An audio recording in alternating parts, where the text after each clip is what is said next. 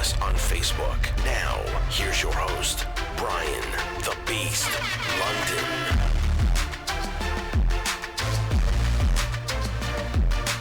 And we're back here on All Canes Radio, live from Shake Shack in the Gables, 1450 South Dixie Highway, right across from the University of Miami. Burgers, unbelievable.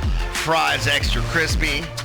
Shakes are good. Ryan had a shake before the show. What'd you get there? I got the chocolate shake. Oh, you got it. Well, all-American right there, chocolate shake.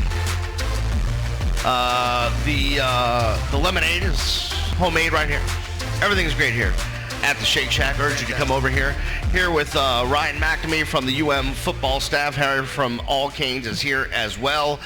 Don't forget to watch our ugly mugs at sfsn.tv. Manny and Daryl are here filming us. Also on All Canes Radio, actually on allcanes.com. We post the archive of the show so you can listen to it forever.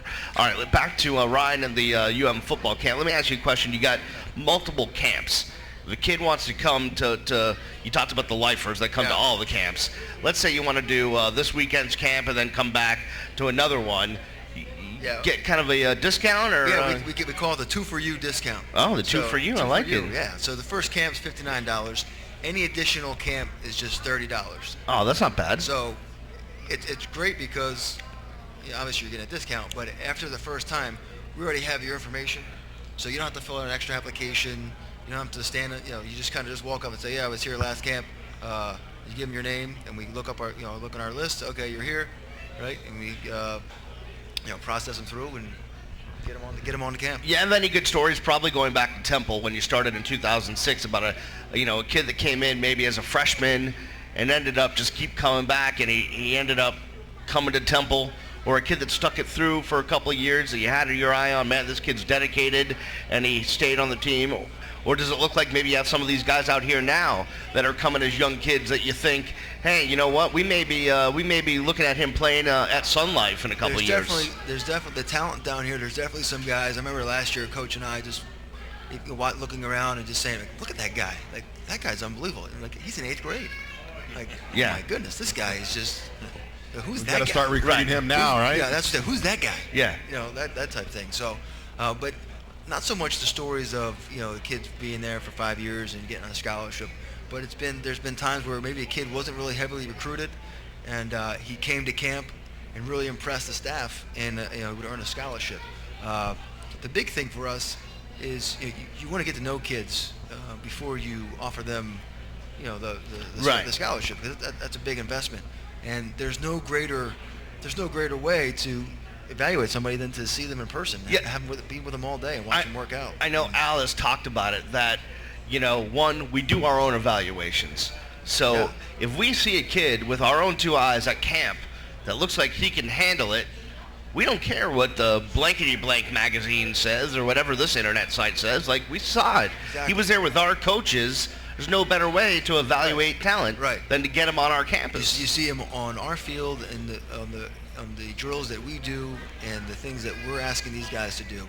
And if they can do it under adverse conditions, right? Maybe after the second part of the practice, and it's hot and they're tired, and he's taking the coaching and he's listening, he's following directions, and maybe he does make a mistake, but then he comes right back and makes gives great effort and makes a play, and you're like, wow, okay, this is what we want. We don't need to go anywhere else. We know what we're looking for. Let's say there's some kid out there, goes to some small high school somewhere. His team plays in some low division. He's playing both ways on a team that has like 28 kids. And he says to himself, I think I'm good enough, but I never get any coverage. No media ever comes to my games.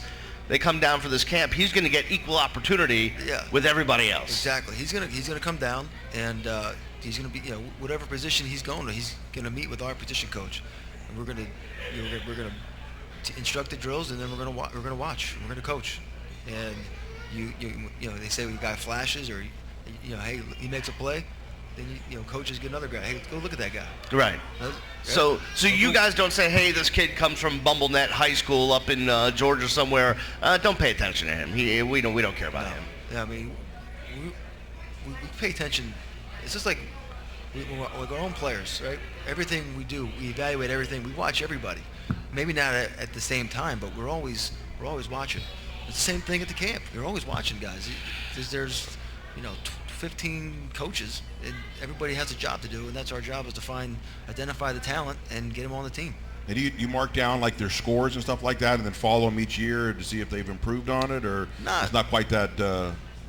Not really. We just more of it is just watching the guy, watching him move and watching the drills, and just he sticks in your mind. He makes a play, flashes, and you're like, well, okay, I remember that guy.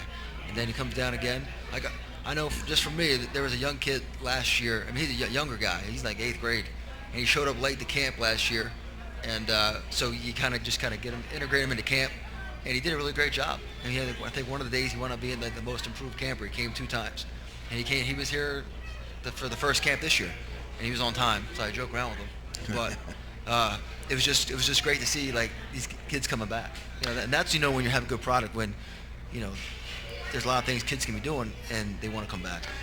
Do you do like incentive type stuff, fastest guy, MVP, all that stuff? We call it, I noticed what people would say, like the most valuable player. We call it the most improved player. Right. And then we have a fastest man, the smokehouse competition that we call it, and the fastest man. So does that kind of get the kids riled up, kind of get them going a little bit? The big thing, on our days, June days, 85 degrees, you got to, what's going to motivate you, right? So the competition, playing football, but just having energy, having passion. Coach Keogh getting the O-line calls going, Coach Franklin getting them going, Coach Carroll, all the offensive staff, everybody, everybody's just bringing the juice, get them fired up. So, and then we get the music going, and so that's another part that just kind of brings the camp to life. It's kind of a new thing, this music thing. It started last year in practice a little bit, and now it's kind of taken on a life of its own. Yeah. Well, you get the sound system. You have to you got to justify the expense. The expense for it. So you gotta Crowd noise. That's all it is, right? Yeah, You're just working on crowd noise. Do you think? I know, like, Al doesn't really like the media watching all the practice, whatever. But maybe once, next year during the spring, something you can get like a media practice day where we get to pick the music. I tell you what, you give me a playlist, because I'm taking requests. You're taking right requests? Now. Oh yeah, I gotta load up my iPod and then we'll put it. Because if it's me, I'm doing all cheesy '80s. Like Styx is on there, Aha. Aha, I have that. Yeah, a little Take On Me. I mean, we're gonna have a bunch of that stuff. All right, I'm an '80s guy, so all right, I got some of that. All right, good. We can go with that. And then like it could be like the Beast cheesy '80s day at Green Tree. If it makes me feel better, can you just say that? Let's do it. All right, good. We're here with Ryan McNamee from the football staff. Of course, Harry would have, some of that classic rock from the 70s. Oh, it would definitely be classic rock. Yeah. Scorpions out there? No, we're going back. We were interviewing Andre King last week. He was talking about the Phil Collins. Yes. And he said he's still here today, and the hair on the back of his neck stands up, and he can just picture running through the smoke with that plane. And it definitely is one of those songs that, if you're a Miami Hurricane and been going to games for a long time, it definitely. No, but Harry, I picture your playlist would be like Sammy Hagar, little Skinner, maybe. Hey, I'm in for the the Thunderdome and all the we have a pretty good mix there. AC/DC. AC/DC, absolutely. Yeah, gotta have some AC. Yeah, you gotta have some AC/DC.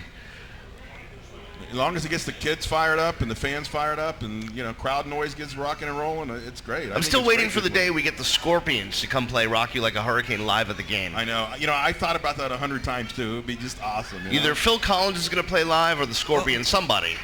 That has to be set up. We got to get that. No, it's never been done. Right? Never been done. If you get that done, you become most valuable person ever. I'm gonna put that on my list. Yeah. I think they're retiring too, so we don't have too many more years left. They're not touring anymore, but I'm sure they wouldn't. I think 1 or 2 of those guys live in Florida, like in Fort Myers or somewhere, so they're around, man. They're not hanging out in Germany. Do a road trip and just kidnap them and bring them in, right? And just That was Harry that said that I have no involvement in any kind of illegal kidnapping activity. We'll just tell them it's a road trip. Yeah, there you go. We'll take them to the new stadium. There we go. We're playing the Gators. How about we coming in down? And might have the Scorpions just jamming on the sideline. I don't know. Just saying. One of these days, that'll happen. Throwing that out there. Anyways, back to the football camps. So let's before we wrap this up, we got opportunities this weekend.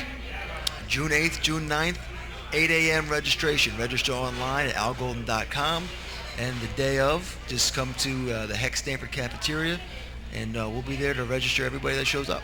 People that have any questions, there are phone numbers, there an email, there's something the way they can get involved. Well, you can go to algolden.com, or you could email us at hurricanefootball@miami.edu. Okay. How late does camp go? It goes from 8 a.m. to 3 o'clock. And there's a lunch involved, which there's a lunch involved, which I read is $8 for some $8, barbecue. Barbecue style. There you go. All right, Ryan, we appreciate you taking the time, man. Always good having you on. Yeah. You've been grinding in those football offices. Grinding. So we're glad we could get you out of there and get you a milkshake and get some fresh air into your lungs. I'll be here. If you need, I'll be here next week too. All right, no worries. Ryan McNamee Thank you very much. joining us here on the show from the football staff. We're going to take a break. Jack McClinton's in the house. We got a lot more to do. It's all coming up right here on All Canes Radio, live from Shake Shack in the Gables, 1450 South Dixie Highway, right across from the U. Back after this, you're listening to All Canes Radio. We don't care about nobody except it's you. Don't. You're listening to All Canes Radio.